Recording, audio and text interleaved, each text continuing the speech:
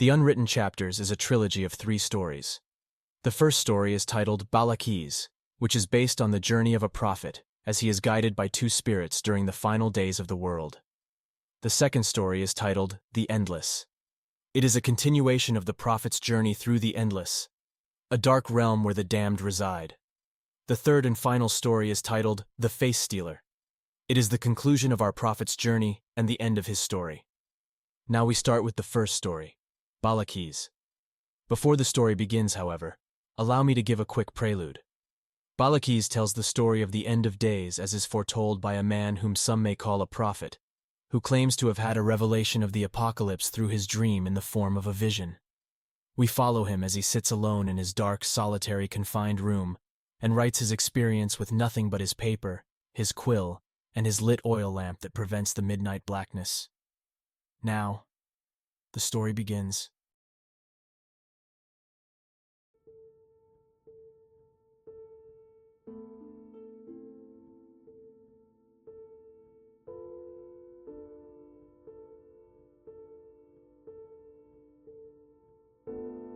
The oil lamp burns the darkness away, its golden lights forming a hallowed flame that encompasses only me, my quill, my paper, and my thoughts.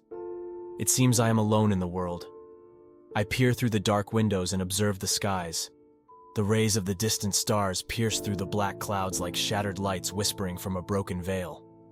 The moon seems to perch atop the world, its glimmering whiteness a bit of calmness that pacifies my thoughts.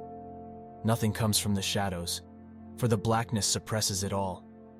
The only sound that breaks the silence is the tip of my quill as I scribe my tale in hopes that within these pages and between these lines, whoever reads this shall find the understanding and meaning I myself have failed to find. In my dream, I am standing as a young child in a large and beautiful garden. So large is this garden that I cannot see the end. As I try to make meaning of this ethereal place, it starts to rain.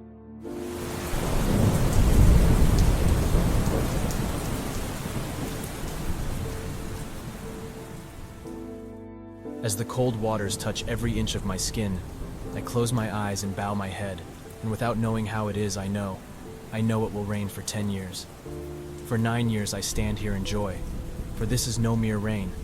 The waters nourish me with joy, peace, happiness, and hope. As the years pass, so do I age, and on the 9th year, I stand no longer a child, but a fully grown man. I enjoy the rain for 9 good years. However, everything changes in the 10th year. I do not know how it is, I know, but I can feel it in the rain, for the waters have now been deprived of something that brings the joy, peace, happiness, and hope. Again, without knowing how it is, I know, I realize the waters have been deprived of God. For a whole year I stand beneath this dreary rain. I feel grief and sorrow as I have never felt before. I dare not open my eyes, for I fear what I might see. My heart yearns for reprieve from this gloom, but I know the rain must pass. And so I remain, with nothing but hopelessness as my companion.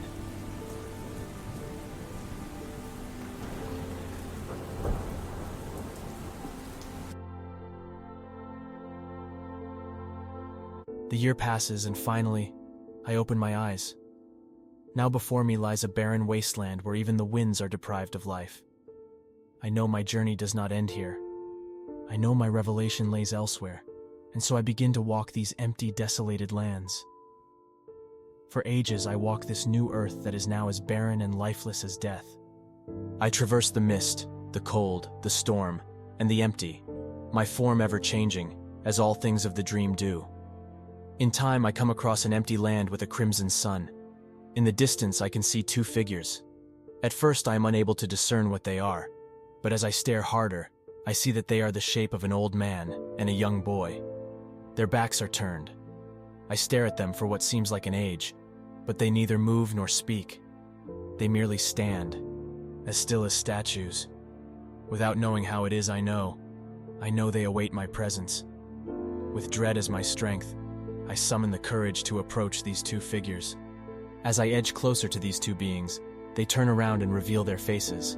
The boy does not appear to be older than 11 years of age. He has a beautiful face. However, his expression is as blank and mundane as night. The man, however, appears to be over a century old. He has a long white beard and holds a red walking stick. He wears an ancient face. It is a miracle he can even stand, let alone walk. I marvel at the sight of these two entities until the boy breaks my trance.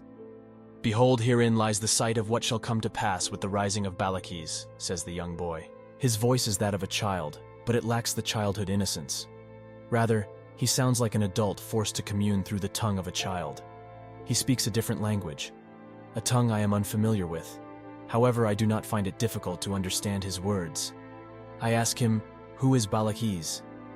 However, he merely smiles at my question.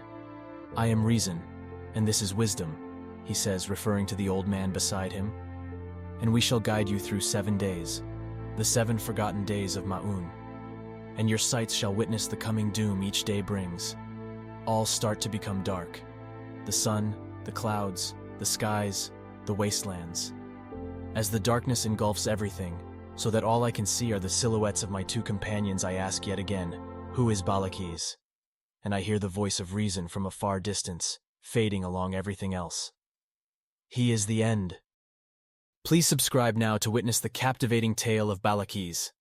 Be the first to experience the thrilling second part by turning on notifications.